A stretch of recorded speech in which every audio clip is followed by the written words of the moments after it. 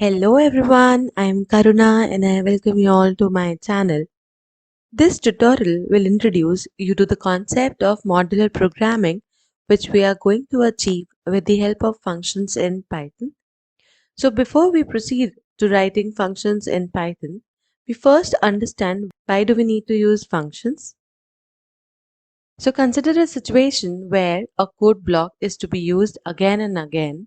Here, functions will help you to define that block which is to be repeated, thus avoiding writing the same code again and again. You can define functions for specific tasks and thus dividing your program in smaller blocks of code. As every function will have code to perform distinct tasks, it will be easy to understand the code and the flow of execution and thus resulting into easy debugging of the code. So here is the definition of function. A function is a block of statements which is designed to perform a specific task. Functions are of two types: built-in functions and user-defined functions. Built-in functions are already available in a programming language and are very easy to use, whereas with user-defined functions, you need to define your block which contains statements in order to perform a specific task. So let's understand how a function works. Every time you need to use a function, it must be called or invoked.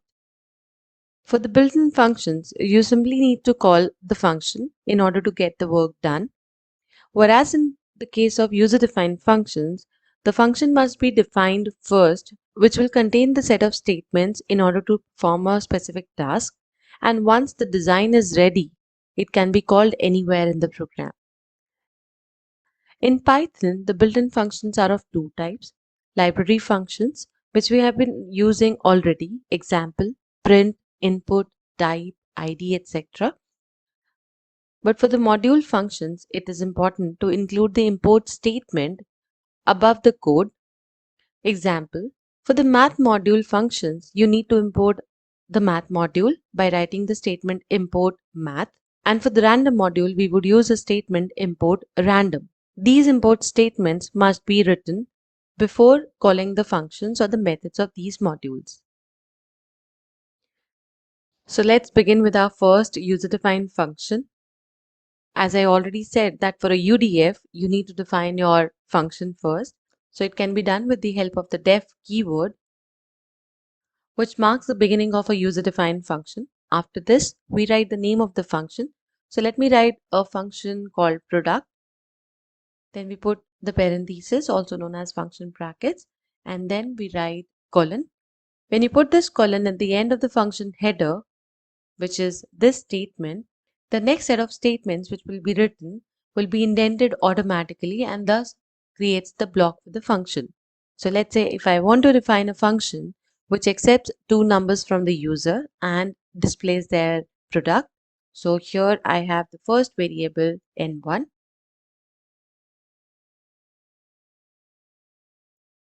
So this will be my first number.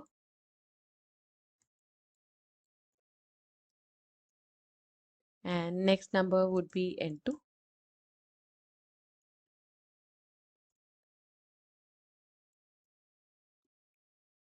After this, I'm going to print the product of these two numbers.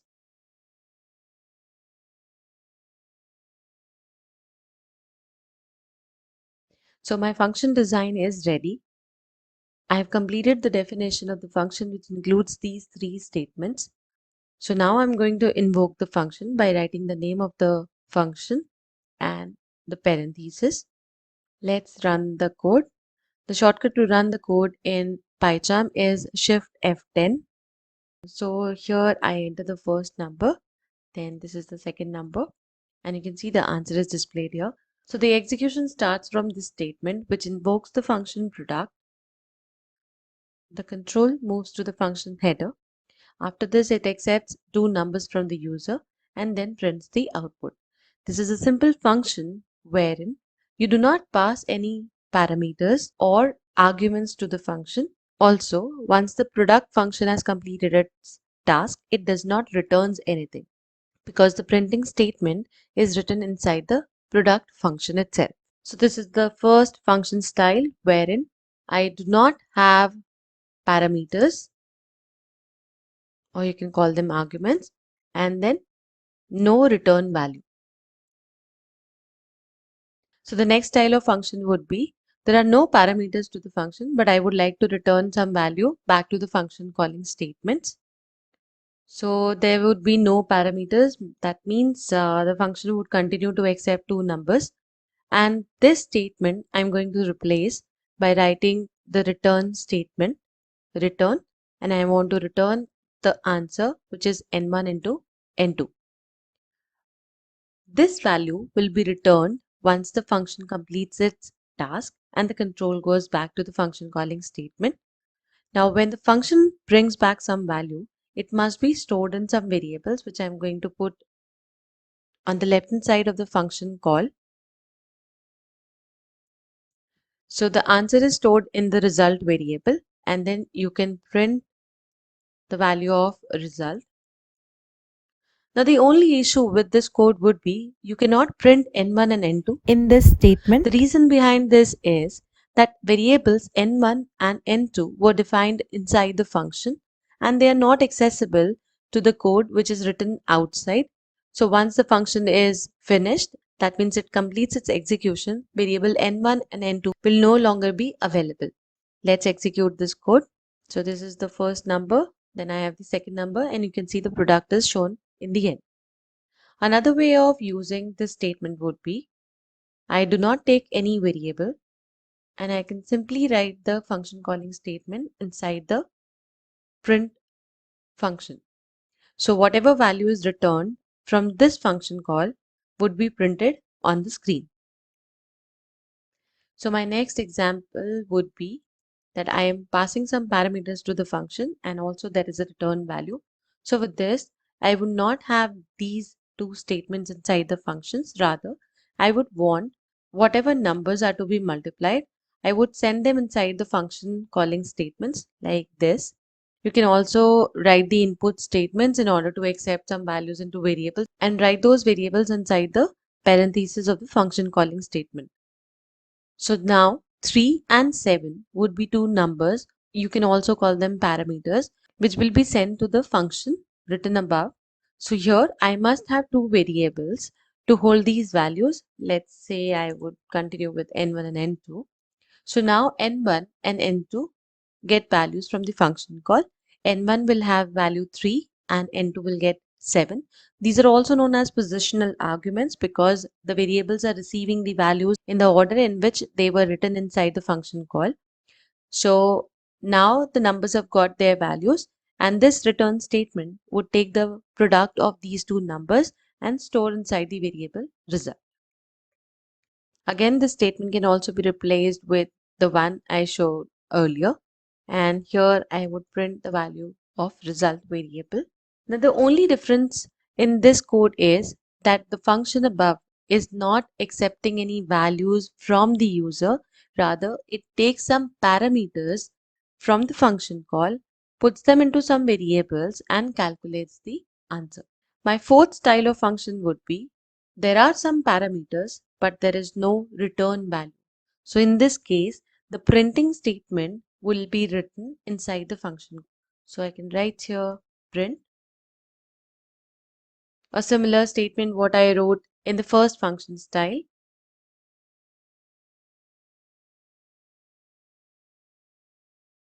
So now my function accepts two numbers from the function call, puts them into the variables n1 and n2, calculates their product and shows them on the screen.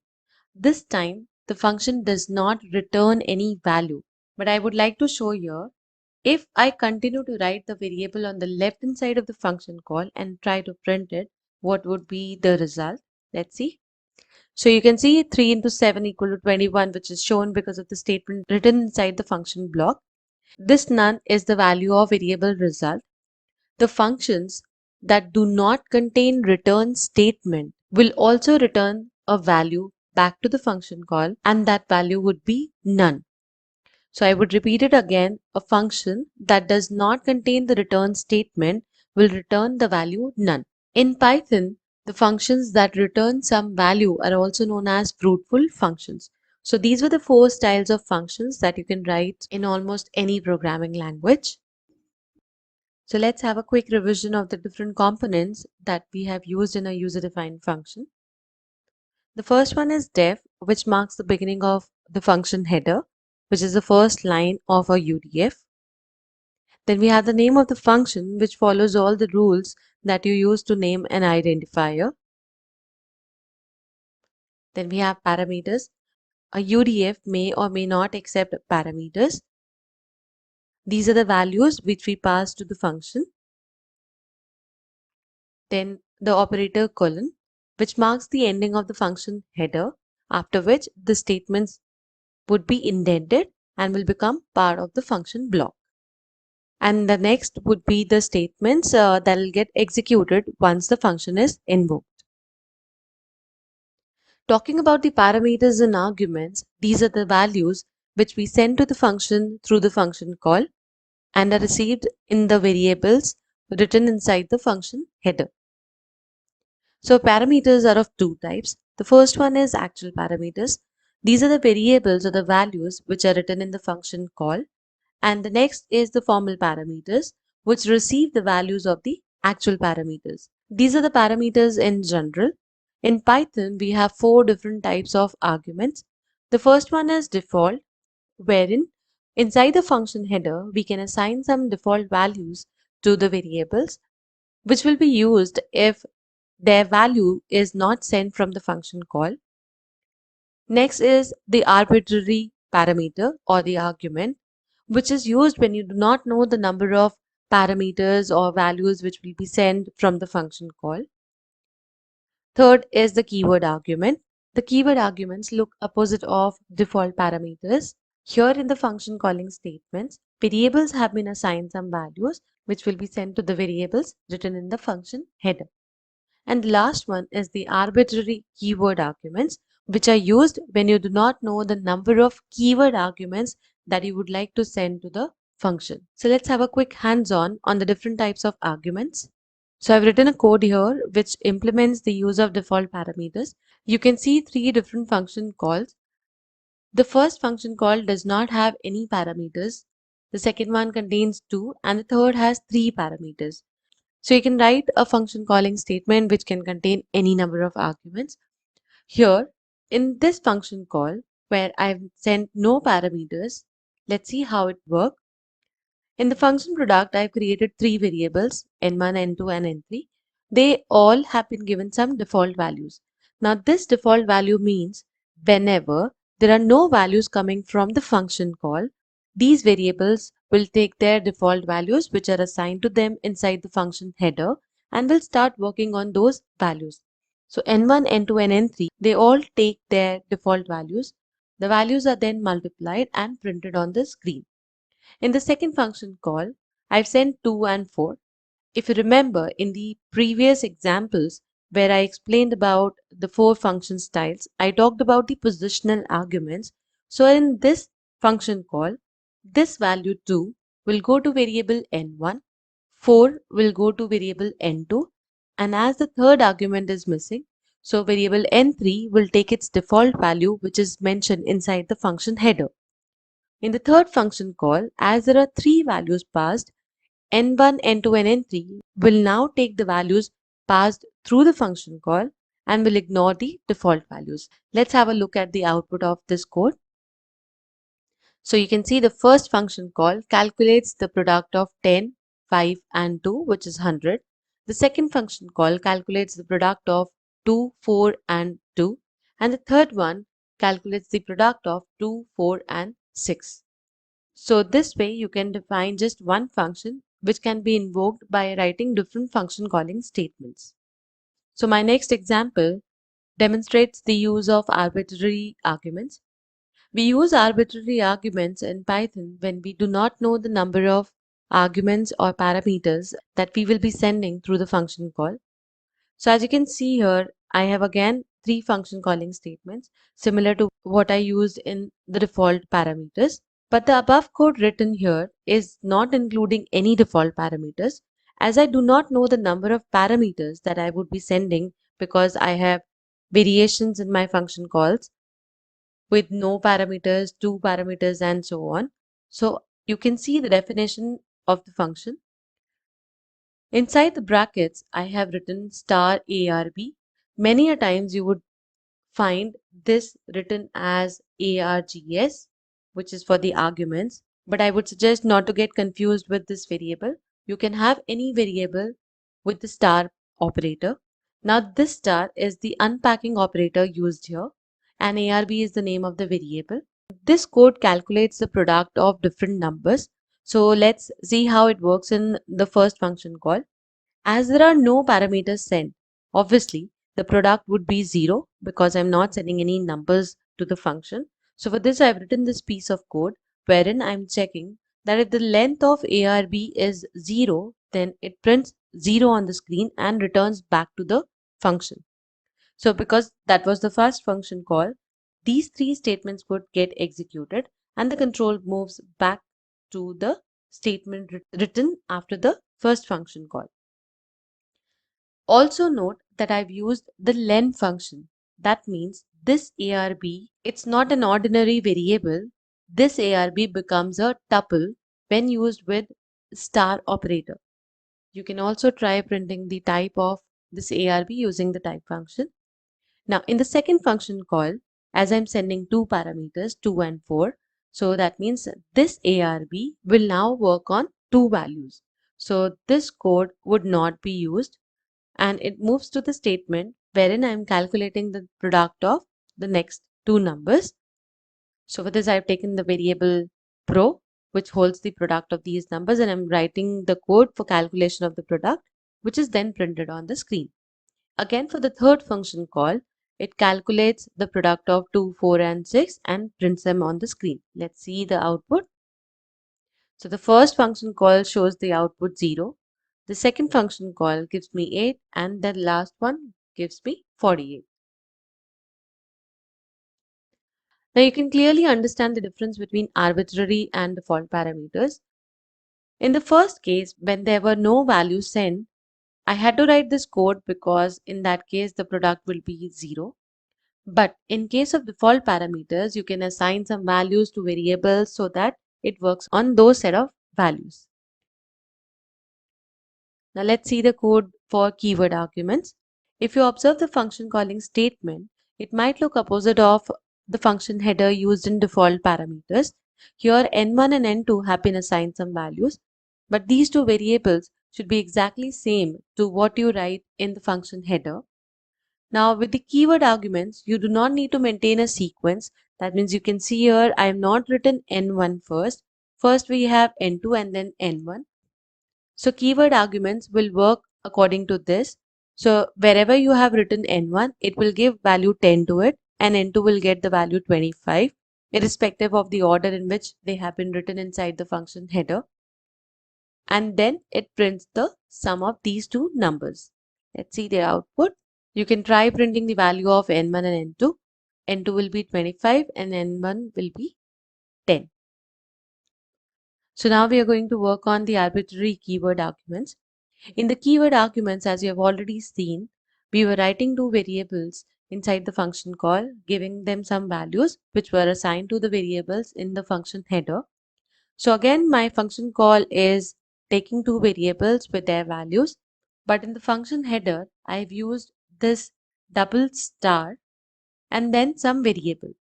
Also, I would like to highlight that if you search for arbitrary keyword arguments on internet, you would find the variable written as this, which indicates keyword arguments. But again, you can take any variable. So I would suggest not to get confused with ARGS or KWARGS for arbitrary or keyword arbitrary arguments. So you can take any variables of your own choice. In case of arbitrary arguments, we were taking only one star operator. Whereas in case of keyword arbitrary arguments, we use double star, which is again the unpacking operator. So now you can see here, I have two variables n1 and n2. These two variables will be assigned to the variable written in the function header, which is arbkw, which is for arbitrary keyword arguments. You can take any variable of your own choice. And then I'm using this sum function to calculate the sum of the values of the variable ARB-KW. So if you look at this code, you can easily understand that this values function is used on the dictionary. So let's have a look at the type of the variable ARB-KW. I'm using this type function. You can see it belongs to the dictionary class. So that means when you use arbitrary keyword arguments, irrespective of the number of values that you send from the function call, this variable would behave like a dictionary, and n1 and n2, which were written in the function call, will be the keys of the dictionary, and their values are written after the equal to operator. So you can use any of the functions and methods of the class dictionary. So let's have a quick recap about the important things that you need to keep in mind for the default parameters. You can see in this example, variable A and C do not have any default value. Now, this function will not work because we cannot miss any variable when we have two default parameters on its left and right side. That means variable C must also be given some default value. Next is the example where I have variable B as the default parameter, but variable C and D do not have any value. Now this function will also not work because we do not have any values for the variables which are written on the right side of the default parameter. So in order to make it work, C and D must be assigned some default value. And if we want that our function should contain only one single default argument, then it must be the last variable in the list of the arguments written inside the function header. So you can see in this example, I've assigned a default value to variable D, which is the rightmost parameter. Some points which needs to be noted down for arbitrary arguments. These are received in the function header and are interpreted as a tuple. Star is the unpacking operator, and this operator is available only for iterable objects like lists, strings, and tuples. And the variable that we use in arbitrary arguments behaves like tuple. So this star would unpack the elements received in this variable, which can be used inside the function.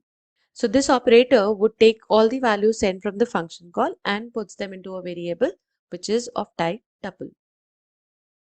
Next is keyword arguments. Keyword arguments are interpreted as dictionary.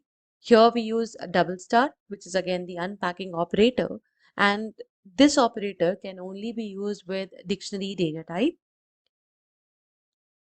Double star is used with keyword arguments when we do not know the number of parameters that we would be sending from the function call. So again, giving it a name, arbitrary keyword arguments. Now let's talk about passing some mutable data as parameters.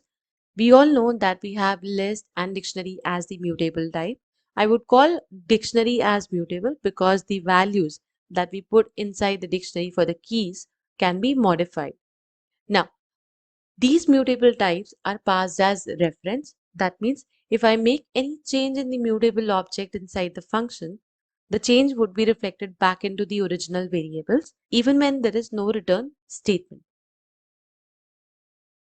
So let's write a code for passing some mutable types to a function. So in the code given here, I've defined a function update. It accepts a parameter marks. This marks variable gets all its elements from variable score, which is a list element. Inside the function, I've written a loop which increases the elements of marks variable by 10. Now, as you can see, there is no return statement. So the changes which I am doing in variable marks will be reflected back to variable score, as score is a list which is of type mutable. So let's see the output of this code. You can see all the elements of variable score have been updated without the use of return statement. Now let's see what will happen if I change this list variable into a tuple. As tuples are immutable, that means you are not allowed to modify individual elements of a tuple. So if you run the code now, it will result into this type error because we are trying to modify individual elements of the tuple. So to make this code work, what you can do is change the type of variable marks. That means now I'm going to change marks from tuple to a list with the help of this list function. As you have seen in the previous example, with list we can change the elements. So this loop will work on marks which has been converted to list variable, and then once the updations have been made, we can return the updated value. So here I'm using this return statement. In order to return the tuple type variable, make sure you convert it back to tuple using this tuple function. Otherwise, marks will be returned as a list type variable. Now here I'm going to accept the returned values into the variable score. As marks have been returned as tuple, so score will be a tuple variable. Now it is possible to update the variable score because we are changing the memory location of score variable, and in this code we have not modified individual elements of the tuple variable. Now let's run the code. So now you can see all the elements of variable tuple have been updated.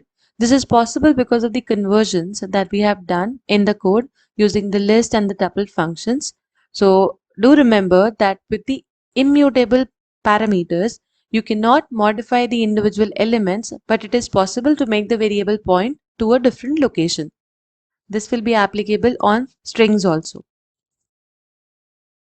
For the immutable parameters, please note these important points. Whenever you send values like strings, tuples, or numbers which are immutable, they cannot be updated in their original memory location.